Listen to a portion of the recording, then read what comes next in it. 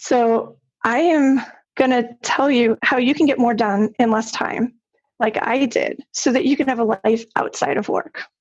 How did I reduce overtime by 40%? How did I transform a group of competitive females into a high-functioning team and manage to complete all of our work during work hours? I implemented what I now call as care leadership. I communicated with my team. I listened to my team. I reassured my team, and I used empathy. I'm going to go through these components in detail now. When I say communicate, I mean communicate often, frequently, at least once a day, hopefully twice a day with each person. Honestly, tell them what you know and what you don't know. There were things that I wanted to change, but I didn't have the permission to change them, or I was fighting to get the permission. And I let my team know by telling them, honestly, this is what I want to do. And I'm going to do everything I can to make it happen.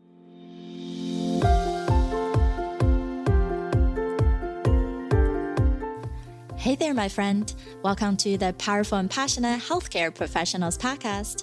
I'm your host, Sabrina.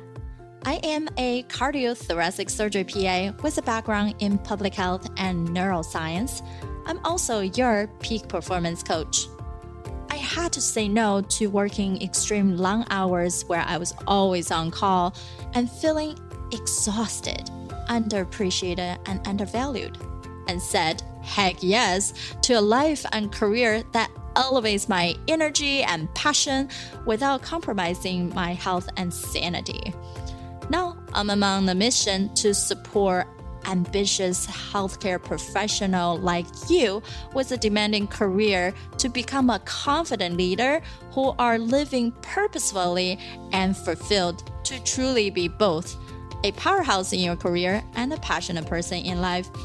Let's start our journey today. We have Jill Hunter. Woohoo! All right. And so Jill, she is someone who throughout her career, she noticed that management, because increasing concern with numbers, they are tougher on all of us, right? Like if you think about our performance report on the yearly basis, but treating employees as replaceable as a will is wrong. And she really think about in healthcare profession, leading with the same empathy that they use with patients, then the number of care for ourselves will increase, will elevate. So Jill showed her theory during her tenure as a director of pharmacy, and it truly can work to lead with empathy. And in order to help other people to improve their work environment in healthcare, and she found her company, which is called Up Level to Lead. And she coaches healthcare professionals to show them how to lead with empathy, but not numbers. So Jill, thank you so much for being here. Sabrina, thank you. Okay, so I want to talk about my dream job, which was becoming the director of pharmacy. So I had worked retail pharmacy, long-term care pharmacy, and I had the opportunity to become a director of pharmacy in a 503B pharmacy. So this was a dream job because no more 24-hour pharmacy, no more phone calls at 11 p.m., no insurances to deal with, no patients. That's good and bad, but you know what I'm talking about. And I was going to be taking over a well-oiled machine, meaning they wanted me to be able to grow this business because a 503B pharmacy is new and really ramp up the volume over the next 18 months. Other people had refused to take the position because they were scared of the growth. I'm not scared of growth. I've worked in situations where we acquired pharmacies overnight. So it was not scary to me. Started my first week and it was great.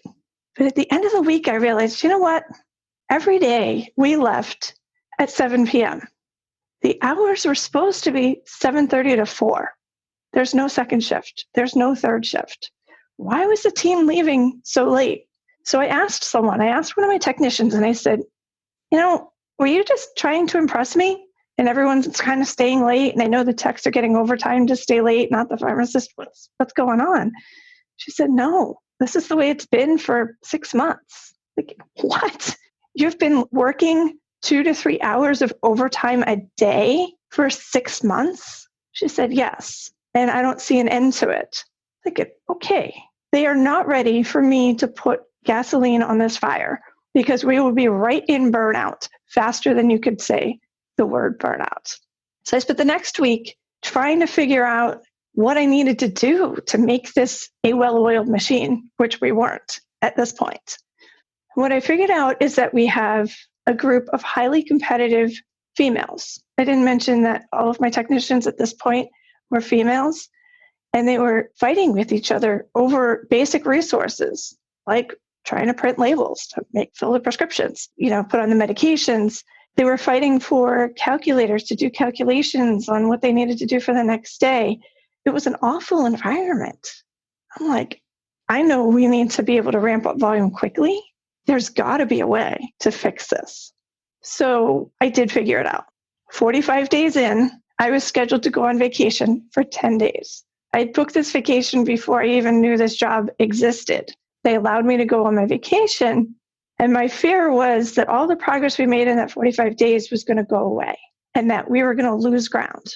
Because at this point, instead of leaving at 7 o'clock at night, we were leaving between 4:30 and 5, which I considered a win because we were getting it done and it was working. I was afraid that it was more because of me being there, not in an egotistical way, but just that I was a catalyst to kind of make things work.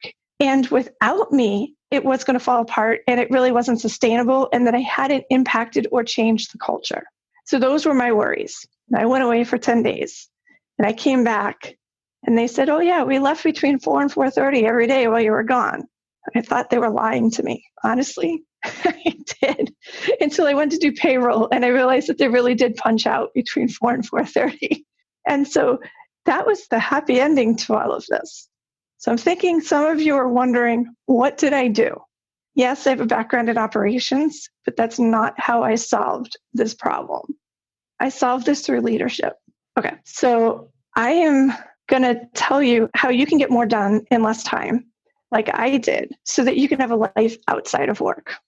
How did I reduce overtime by 40%? How did I transform a group of competitive females into a high-functioning team and manage to complete all of our work during work hours? I implemented what I now call as care leadership. I communicated with my team. I listened to my team. I reassured my team, and I used empathy. I'm going to go through these components in detail now. When I say communicate, I mean communicate often, frequently, at least once a day, hopefully twice a day with each person. Honestly, tell them what you know and what you don't know. There were things that I wanted to change, but I didn't have the permission to change them, or I was fighting to get the permission. And I let my team know by telling them, honestly, this is what I want to do, and I'm going to do everything I can to make it happen. They got behind me and they valued what I could do for them. And I want to say, you need to communicate from the heart. You need to open yourself up and be a little vulnerable. And that is hard as a healthcare professional. We learn to compartmentalize. We learn to keep the pain away from the bad news that we're delivering to patients. The things that we do are keeping us safe, but not allowing us to connect to our employees. The way that you're really going to make a difference in your business, in your personal life, and in your employees' business and personal life, in their career path, is to connect on a deeper level with them. And I want you to connect with each and every one of them, not just the high-performing ones. The low-performing ones are low-performing, or their numbers aren't great because they're disengaged. And whose job is it to engage them? It's yours. And I want you to do that. I want you to get to know them because they need to get to know you just a little bit. You don't have to open everything up. You don't have to tell them about certain areas of your life. But I do want you to connect with them, because when they connect with you, then they're going to want to help you. They're going to want to put that extra effort in, because newsflash here is that most people are coming to work every day. They're putting in their time and they're giving it what they call 100%. But in their heart, they know they could give a little bit more. It's your job as a leader to get that little bit more out of them, not in a manipulative way, in a good way. You really want them to dig in and to give more every day. Some of you are introverts, and I'm going to say probably 50% of you on this call are introverts. And I want to say I've put together a free guide to help you get over this. I put together 101 questions that you can download so that you can ask questions to your employees. They're broken into 10 categories.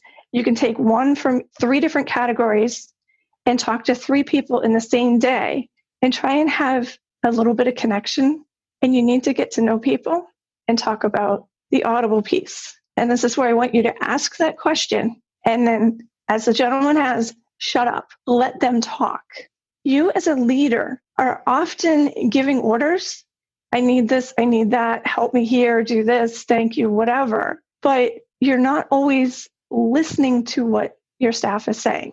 So I want you to ask the questions, let them talk, keep them going, keep them engaged, but let them talk for 5 minutes and do that with 3 people. And the next day with another 3 people until you've gone through your whole staff. And then keep repeating it until one day you're going to have a breakthrough with someone. And then you're going to know what I'm talking about. Because when you have that breakthrough, that person's going to do so much more for you because they now feel connected to you. I also want you to listen to their concerns. Recently with COVID, it was an issue where the managers were trying to get more PPE. And we all know this is real, is that the supply chain was broken and you couldn't buy more PPE. And it was silence. And the managers weren't talking to their staff saying, listen, I've placed orders. We've got 5 vendors. I've got POs open with all of them. And I'm waiting for a shipment to come in. We have to make do with what we have.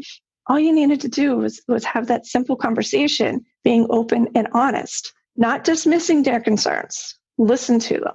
The other thing you can do is listen to their dreams and their wishes. And the dreams and the wishes are, if you can make any of their dreams come true, you're a hero forever. So what you want to do is ask them, where do you see yourself in 3 years? Where do you see yourself in a year? If they want to work into a management position, then fine. When the shift supervisor's on vacation, let them step in and be a supervisor for a week.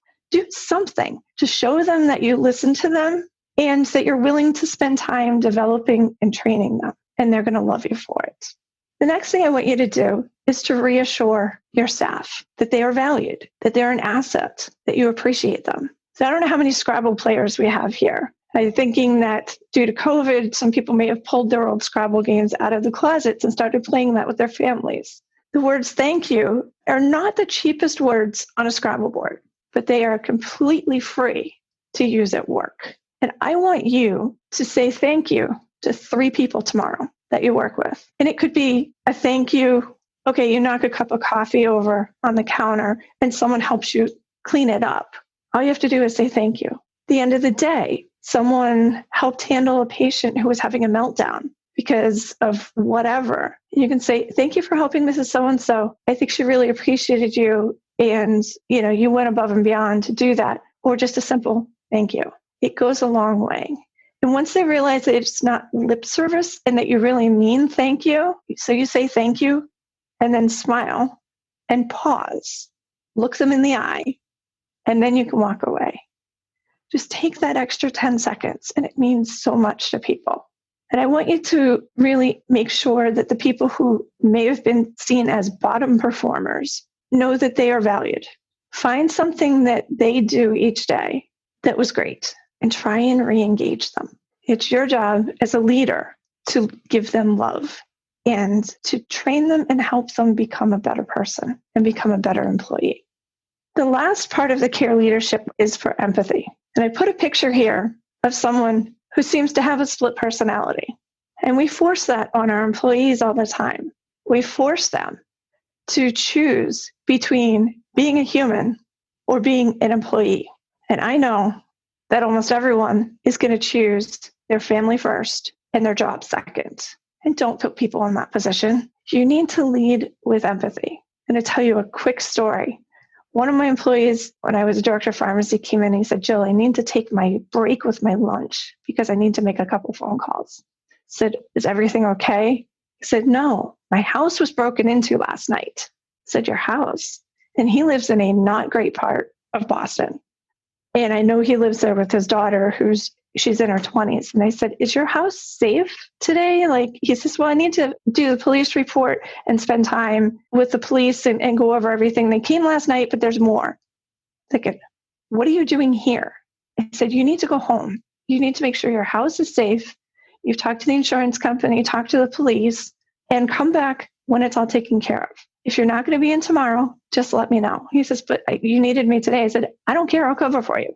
I will do your job if I can't find someone else who can, because you need to take care of you first. And he came to me about a week later and he said, Jill, I cannot believe what it was like to have you tell me it was okay to go home. He says, I've never had a boss like that. He says, it means so much to me. So what you get is loyalty. When you are empathetic with your employees, you increase the employee engagement, you decrease turnover, you increase the productivity on the team, and you make your place of work a place where everyone wants to come to work every day. So I'd love for you to come and join my Facebook group, which is Lead with Empathy. I'm on LinkedIn every day. You can reach out to my website. You can call me, text me on my phone there, or send me an email. And I want to say thank you for listening today. Awesome. Thanks, Jill. I think it's really key that we always have to think about all of us are technically in a leadership position. If you're dealing with anybody, technically, right? If you have a small project, you're already leading because you're the one who has to gather thoughts together and be able to present to someone else. And you're a leader when you are someone who do have a team like you. And you're a leader, of course, working in an organization. But even as healthpreneurs out there, even a solopreneur, you're still a leader because you need to know how to delegate sometimes as well, to hire freelancers to help you to, let's say, Marilena mentioned a website or landing page, build up a list for yourself. How do you even create the 101 quiz, right? I dropped that link in our community as well. All these little things we need to be able to learn how to do our best, hold ourselves in the high level so we can produce for other people, but not stress ourselves thin and let other people who are really good at other things to do their job, because everyone is a genius in their own self, right? So I love it. All right, my friend, how did you love this episode? Make sure to subscribe to our show so you can continue to build your positive intelligence for that beautiful mind of yours to live powerfully and passionate. I know this is just the tip of the iceberg. You probably have a lot more questions on actually how do I implement those things into my own life? Well, this is the solution. Joining us inside the private Facebook group, go to facebook.com/groups/Powerful Passionate, where I go live weekly to answer any questions that you have and continue to put more resources for you to help you to get to that point.